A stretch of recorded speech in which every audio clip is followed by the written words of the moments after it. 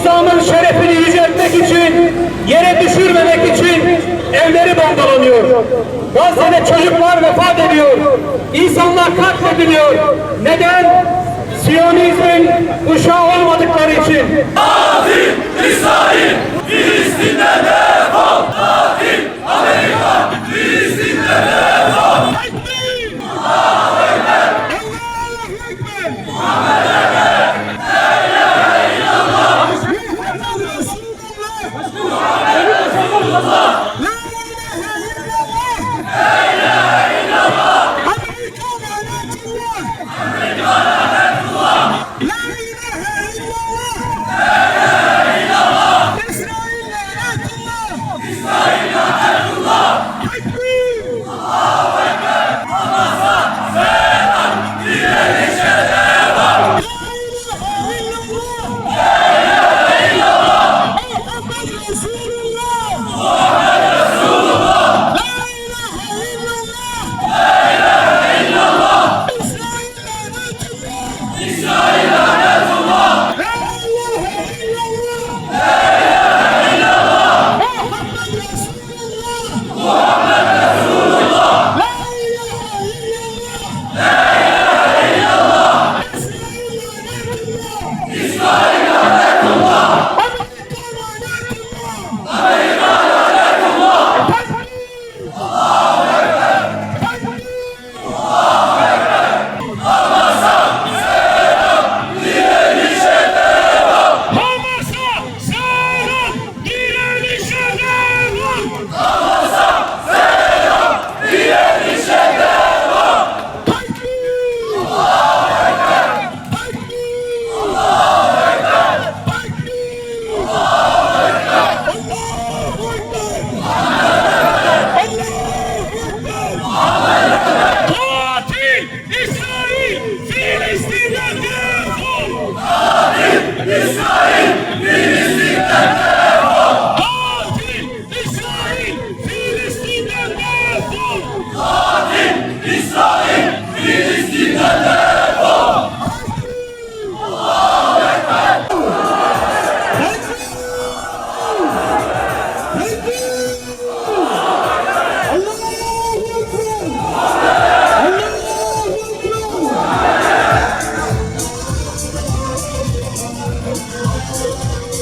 Adana Gazze'nin yanında, Adana Filistin'in yanında, Adana kardeşlerinin yanında elhamdülillah.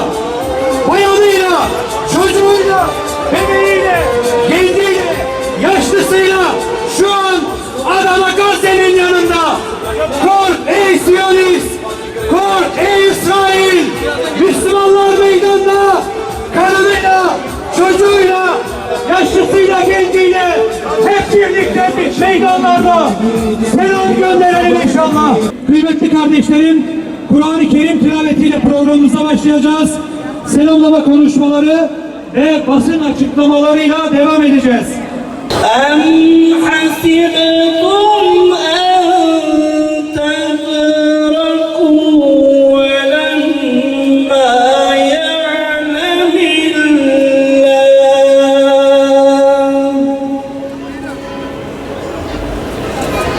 أم حسبتم أن تدركوا ولما يعلم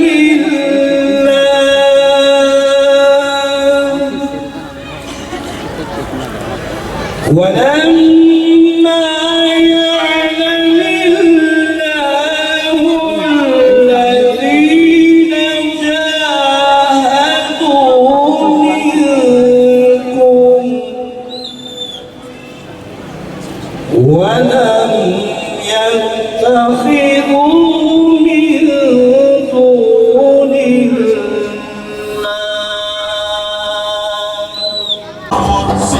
Evet değerli kıymetli kardeşlerim, Kur'an-ı Kerim tilaveti için Veysi Sonkaya hocamıza teşekkür ediyoruz. Allah razı olsun. Şimdi de konuşmalarını yapmak üzere Molla Ekrem Derdiyök hocamıza mikrofonu veriyoruz. Buyurun. 1967'de İsrail 6 günde oradaki Arap devletlerin tamamını işgal etti, ele geçirdi. Ancak bir köy vardı. İsrail o köye girmedi. Surbahar köyüne girmedi, giremedi. O sırada bir Mısır komutanı, bir İsrail komutanından soruyor. Siz neden buraya girmediniz? Bütün gücünüzle her yeri işgal ettiniz ama şu köye giremediniz. Uzun bir sükuttan sonra İsrail komutan cevap veriyor. Orada ölüm için bekleyen mücahitler var. Ölüm için savaşanlarla savaşamaz. Onun için orayı göze alamadık, giremedik. Ekrem Derdiyök hocamıza teşekkür ediyoruz. Allah razı olsun. Siyer Araştırmaları Derneği ve Çatkapı Derneği Başkanı Sayın Sinan Konak hocamıza mikrofonu veriyoruz. Kardeşlerim, Gazze için attığımız her slogan, sıktığımız her dişimiz, yumruklarımızı havaya kaldırışımız, tekbir, tekbir diye bağırışımız Allah'ın izniyle oradaki kardeşlerimize moral olmaktadır. Bunu her görüştüğümüz Filistinli kardeşlerimizden duyuyoruz. O yüzden Adanalı Müslümanlar olarak elhamdülillah ki gündemimizden Gazze'yi hiçbir zaman düşürmedik. Gazze'nin yanında olduğumuzu her platformda Allah'ın izniyle dile getirdik. Değerli kardeşlerim, devam ediyoruz. Şimdi de Hüdapar Adana İl Başkanımız Sayın Salih Demir'in basın açıklamalarıyla devam edeceğiz. Vahşi katliamlarına karşı safımızı belli etmek ve kıyamda durmak adına inşallah toplandık. Bize neden Kudüs'ü bu kadar önemsiyorsunuz diyorlar. Bizimle ne alakası var oraların diyorlar. Halbuki bilseler biz Müslümanlar için Kudüs ve Mescid-i Aksa sıradan bir toprak parçası değildir. Kudüs ve Mescid-i Aksa Müslümanların ilk kıblesi, Peygamberimizin miraca çıkarken ilk uğradığı yer, tevhid akidesinin merkez üslerinden biridir. Bu yüzden Filistin, Kudüs ve Mescid-i Aksa davası sıradan bir toprak davası değil, bilakis bir inanç ve iman davasıdır. Biz Müslümanlar için Mekke, Medine, Kabe ve Mescid-i Nebevi ne kadar kutsalsa aynı şekilde Kudüs ve Mescid-i Aksa da o kadar kutsaldır. Tekbir! Bir asırdan uzun bir süredir Siyonist işgalci çetenin Filistin halkına ve topraklarına yönelik uyguladığı sistematik işgal ve katliam devam etmektedir. Topyekün bir soykırım hedefiyle hareket eden işgalci köpekler her geçen gün işgali genişletmekte. İlk kıblemiz Mescid-i Aksa'yı necis postallarıyla kirletmekte. Bu kutsal beldenin kutsiyetini hiçe saymakta ve adeta bütün bir İslam alemine meydan okumaktadır. Filistin halkı ise soykırım ve işgal karşısında meşru müdafaa hakkını kullanarak kendi topraklarını, vatandaşlarının canını ve İslam ümmetinin izzetini ve şerefini korumaktadır. Aksa tufanı adıyla başlayan direniş süreci 1. ayına girerken meydana gelen bu savaş tarihin akışını değiştiren önemli gelişmelerden biri olarak kayıtlara geçecektir. Zira bu savaşla birlikte yenilemez denilen dünyanın en güçlü ordusu kabul edilen Siyonist çetenin bir avuç mücahit karşısında nasıl da kağıttan kaplan olduğu tescillenmiş oldu. Bu savaşla birlikte haşa her şeyi gördüğü ve duyduğu iddia edilen ve dünyanın en güçlü istihbarat servisi sayılan Mossad'ın nedenli beceriksiz olduğu, burnunun dibinde olan bitenden bir haber olduğu görülmüş oldu. Bu savaş öyle bir savaş ki Siyonist barbarlar nerede yaşıyor olursa olsunlar bundan sonra kendilerini asla güvende hissetmeyeceklerdir. Nitekim bebek katili Siyonistler bu savaşta yürüttükleri asimetrik saldırılar sonrasında insanlığını yitirmemiş tüm halkların nefret objesi haline geldiler. Bu savaşın bir diğer boyutu da batılı devletlerin ikiyüzlülüklerinin aşikar hale gelmesidir. İşgalci barbarların tüm dünyanın gözü önünde yasaklı fosfor bombaları atarak yaşlı çocuk, hatta anne karnındaki cenin demeden herkesi katlederek güvenli bölge olarak sayılan okul, cami,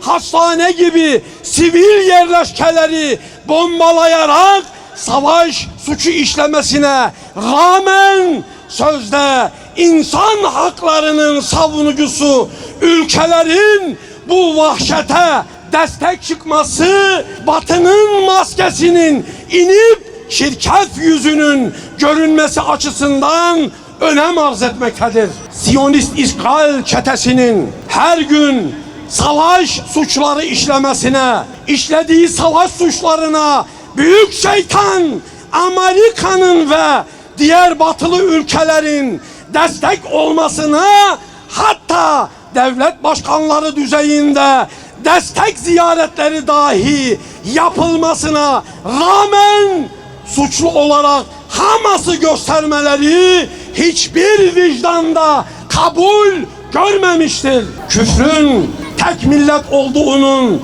tescillenmiş olduğu bu durumda maalesef İslam ümmeti olarak halkı Müslüman olan bir ülkenin sınır kapısından insani yardımı dahi geçiremeyecek aziyette olmamız kabul edilebilir de bir durum değildir.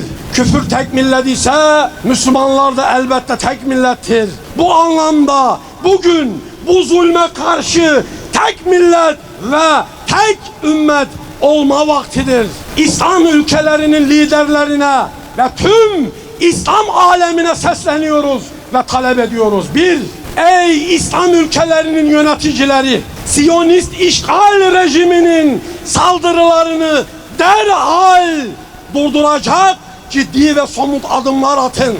Siyonist terör rejimi İsrail kınamadan anlamaz. Onun anlayacağı tek dil güçtür. Somut adımlar olmadıkça kınamamız anlamsızdır. Bu sebeple İsrail'i anlayacağı dilden kesin ve net yaptırımlarla cezalandırın. Terörist İsrail'e karşı ekonomik, diplomatik, ticari, stratejik tüm kanalları kapatın. Elçileri sınır dışı edin. Gazze'ye acil olarak insani yardım koridoru oluşturun. İlaç ve gıda başta olmak üzere tüm insani yardımları acilen ulaştırmak adına organizasyon tertipleyin. Başta Türkiye olmak üzere tüm İslam ülkelerinde bulunan ve Siyonist vahşete istihbarat, askeri destek sağlayan Kürecik, İncirlik gibi tüm üsleri kapatın. Terör rejimi İsrail'i besleyecek yakıt, su, gıda gibi tüm sevkiyatları durdurun. Bu vesileyle bir kez daha en yüksek sesle haykırıyoruz ve diyoruz ki canımızla, kanımızla, malımızla ve evladu iyalimiz ile ilk kıblemiz Mescid-i Aksa'nın ve Müslüman kardeşlerimizin yanındayız. Filistin'in ve Mescid-i Aksa'nın özgürlüğüne giden her meşru eylemin yanındayız ve destekçisiyiz. Bu yolda üzerimize düşen her türlü fedakarlığı yapmaya inşallah hazırız. Filistin halkına selam olsun. Kahraman mücahitlere selam olsun. Direnişe ve dirilişe selam olsun. Esselamu aleyküm ve rahmetullahi ve berekatuhu. İslam'ın aleyhine almış oldukları kararları başlarına makul şeyle Ya Rabbi İslam'ı aziz eyle. Ya Rabbi aziz olan İslam davasında bizi de taraf eyle. Ya Rabbi tarafsız olmaktan bizleri muhafaza eyle. Samimi müminler cümlesine bizleri de dahil eyle. Bu niyazımızı kabul ve makbul eyle. Mahrum olmaktan bizleri muhafaza eyle. Tekbir!